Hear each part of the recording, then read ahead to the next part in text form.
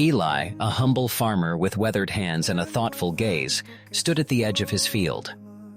His horse, his faithful companion through many seasons, had run away earlier that day.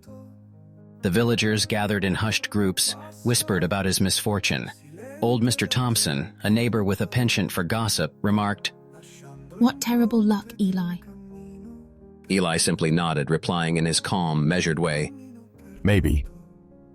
The runaway horse had returned, bringing with it two wild companions.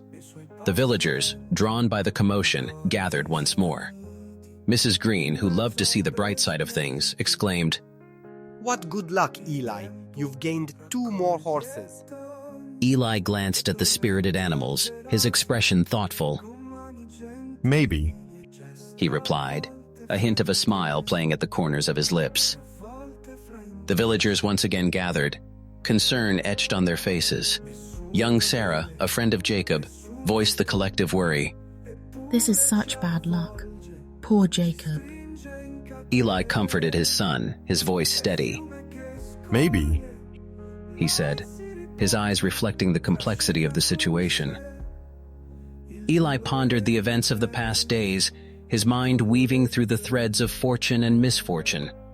His neighbor Anna joined him, bringing a warm smile and a cup of chamomile tea.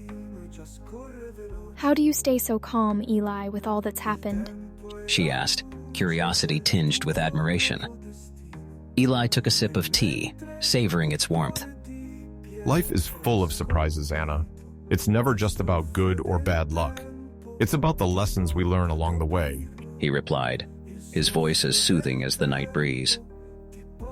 Eli moved through his days with quiet purpose, the events having drawn him closer to his community. The villagers, once quick to judge, now found themselves reflecting on their own perspectives. Mr. Lee, the village elder, approached Eli one morning, his tone respectful. "You've taught us all something important, Eli," he said. Eli nodded, his eyes twinkling with understanding. "We all learn from each other, Mr. Lee," he replied.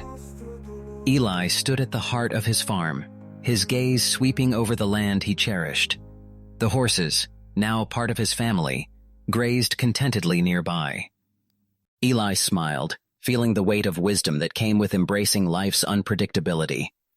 His story, woven into the fabric of the village, was a reminder that fortune and misfortune were but two sides of the same coin, each offering its own lessons and opportunities for growth.